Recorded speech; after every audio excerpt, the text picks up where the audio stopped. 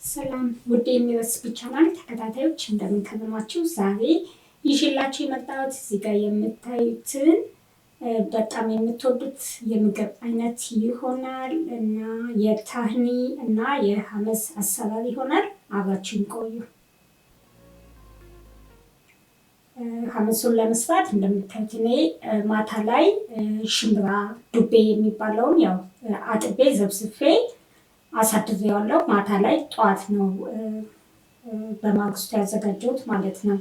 እና ከዛ ያው ውሃውን አጥበውና በንጹህ ውሃ እንደገና እቀቅለዋለሁ ማለት ነው። በንጹህ ውሃ አድርገን ነው የምንቀቅለው። ከዛ እናበስለዋለን። እዚህ ጋር እንደምታዩት መጥበሻዬን አግዬ ሰሊጥ አለኝ። ሰሊጡን ልክ ከለሩ ትንሽዬ ቀየር እስኪያደርግ ድረስ ብቻ እንቆለዋለን። በጣም በትንሹ ከለሩ እስኪቀየር ከዛ እናቀዘቅዘዋለን። ከቀዘቀዘ በኋላ እንደምታዩት የጁስ መፍጫ አለኝ። እሱ ውስጥ አደርገውና እፈጨዋለሁ። አሁን ሰሊጡን ብቻ ነው የምፈጨው። ብቻውን ለተወሰነ ጊዜ እፈጨዋለሁ በደንብ ድቅቅ እስኪል ድረስ።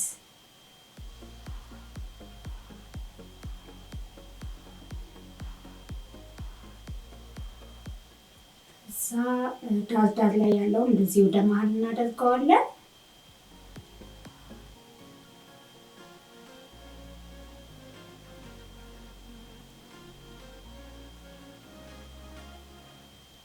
አሁንም እንደገና ፈጨሁት። ከዛ ምንድነው የማደርገው አንድ የሾርባ ማንኪያ የሚሆን ኤክስትራ ቨርጅን ኦሊቭ ኦይል አደርግበታለሁ። ከዛ እንደገና በደንብ አድርጌ ፈጨዋለሁ።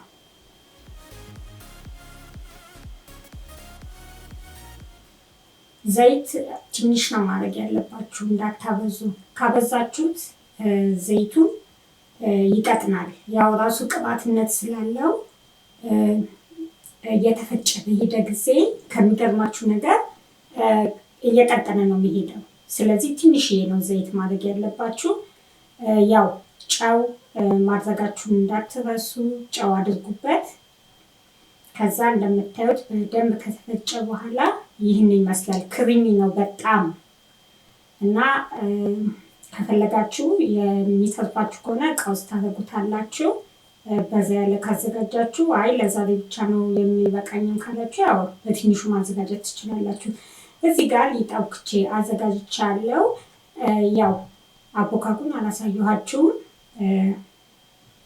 ጨው፣ ውሃ እና ትንሽዬ ዘይት ብቻ ነው ያደረኩበት። ከዛ እንደምታዩት ተዳምጠዋለሁ። ያው ደረቅ አድርጌ ነው ያቦካሁት። በደንብ ሽት ተደርጎ መቦካት አለበት። ከዛ ዳምጠዋለሁ። መጥበሻዬን እያጋልኩ ነው። ከዛ ወደ መጥበሻ ላይ በማድረግ ጋግራለሁ።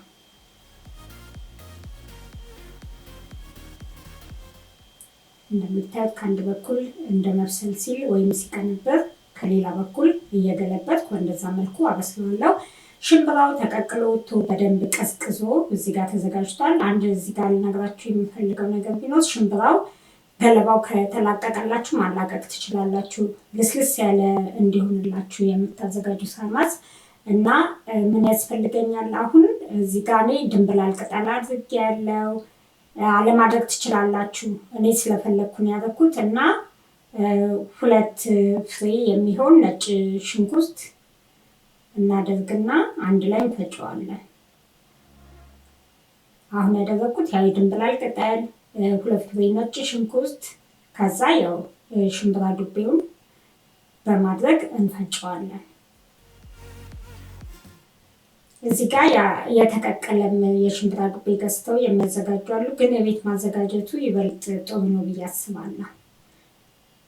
እንደምታዩት ከፈጨሁት በኋላ በሽንኩርት መፍጫ ነው እዚህ ጋር እየፈጨው ያለሁት። እኔ ጨው አደርግበታለሁ፣ ትንሽዬ ከሙን አደርጋለሁ። ትንሽዬ ሳይበዛ ያው ቃናው ጎልቶ ስለሚወጣ በትንሹ ነው የምናደርገው።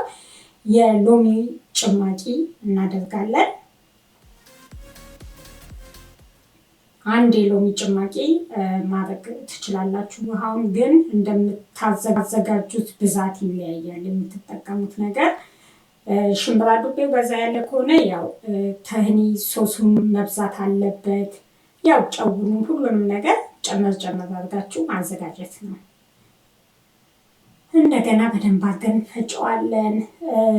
ዩቲዩብ ላይ አንድ ጊዜ ምን አይቻለው፣ ስሙዝ እንዲሆን ልስልስ ያለ ሀማስ እንዲሆንላችሁ ከፈለጋችሁ ምንድነው ማድረግ ያለባችሁ? በረዶ ሲጨምሩበት አይቻለሁ። 3-4 በረዶ ይጨምሩበታል። አሁን እንደምታዩት ከዳር ያለውን ወደ መሀል በማድረግ እንደገና በደንብ አድርገን እንፈጨዋለን። ያው ስሙዝ መሆን አለበት። ልስልስ ያለ ሲሆን ነው ደስ የሚለው።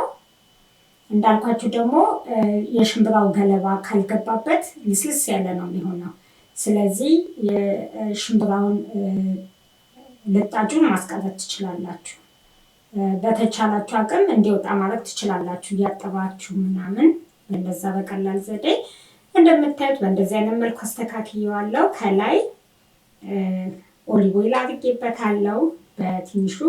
እንደገና ደግሞ አቀራረቡ እንዳይመስ ትንሽዬ በርበሬ ከላይ በተን አድርጌበታለሁ። ያው ውበት ይሰጠዋል። ቃናውም የሆነ ደስ የሚል ነገር አለው። ትንሽዬ ነው ግን ያደረኩት፣ በጣም በስሱ በትንሹ።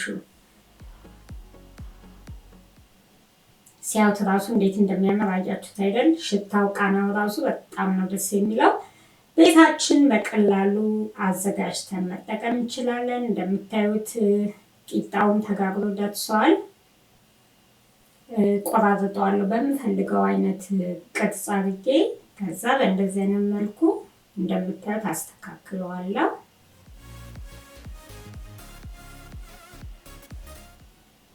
እና አሁን እኔ ይሄን ምግብ ሳዘጋጅ እንደያችሁት ሁሉንም ነገር ቤት ውስጥ ነው ያዘጋጀሁት። ሽምብራው ብትሉ የተቀቀለውን በጣሳ ያለውን አልገዛሁም፣ ራሴ ነኝ ያው ነክሬ ያሳድሬ ያዘጋጀሁት። ቂጣውን ብትሉ እንደዛ ነው። ታህኒ ሶሱንም አልገዛሁም፣ ራሴ ነኝ ያዘጋጀሁት። ሰሊጡ አለኝ፣ ያው ራሴ ያዘጋጀሁት። ሰሊጡ ካላችሁ ራሳችሁ ማዘጋጀት ይቻላል። እንደዛ ብታደርጉም ጥሩ ነው። ቤት ያዘጋጃችሁትና ከውጭ የምገዙት ጣዕሙ በጣም ነው የሚለያየው። እውነት ለመናገር እኔ ቤት የተዘጋጀውን ነው የምወደው። እና በእንደዚህ አይነት መልኩ በጣም የምትወዱት አይነት የጾም ምግብ ማዘጋጀት ይቻላል ማለት ነው። ከዚህ በፊትም በተከካ ምስርና በቀይ ስር የሰራሁት አለ። እሱን ማየት ከፈለጋችሁ እሱንም ማየት ትችላላችሁ። ያም የተለየ ጣዕም አለው። በምስርና በቀይ ስር የሰራሁት እሱም በጣም ልዩ ነበረ እና እንደዚህ አድርጋችሁ ሰርታችሁ ሞክሩት።